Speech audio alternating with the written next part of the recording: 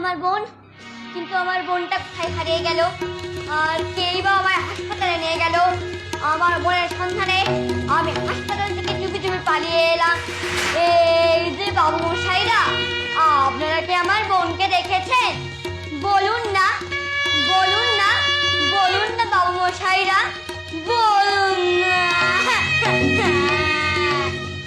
লাল রঙের জামা পরা আর গলায় ঠিক আমার মতো এইরকম একটা তাবিজ। এটি আমার তাবিজ, আমার তাবিজ খাই গেল। যে তাবিজ মায়ের মৃত্যুর সময় আমাদের দুই ভাই বোনের গলায় পরিয়ে দিয়েছিল, বলেছিল এই তাবিজের মধ্যেই লুকিয়ে আছে আমাদের জন্মের পরিচয়।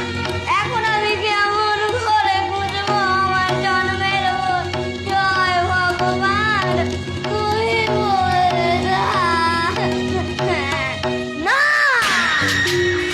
চাই না, চাই না আমার জন্মের পরিচয়। আমি মানুষ থেকে হব অমানুষ। আমি এই সমাজের বুকে ছড়াবো আতঙ্ক।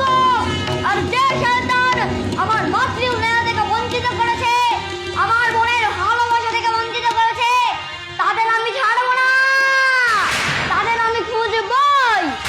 আর আমার মায়ের গুণের বদলা নিতে আমি হব শয়তানের থেকেও মহাশয়তান। শয়তান, আমি শয়তান। বাচ্চা ছেলেটা নিমেষের মধ্যে কোথায় হারিয়ে গেল যে বলতে পারবি কালিয়া? তাই তো ভাবছি। আরে আরে ওই তো, চল আব্দুল চল।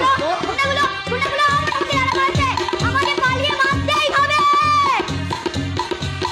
এক যে ছেলে গাঁয়ের ছেলে, গায়ে গঞ্জে মাঠে ঘাটে, পথে ঘাটে খেয়া ঘাটে, দিন কাটে তার রাত যে কাটে।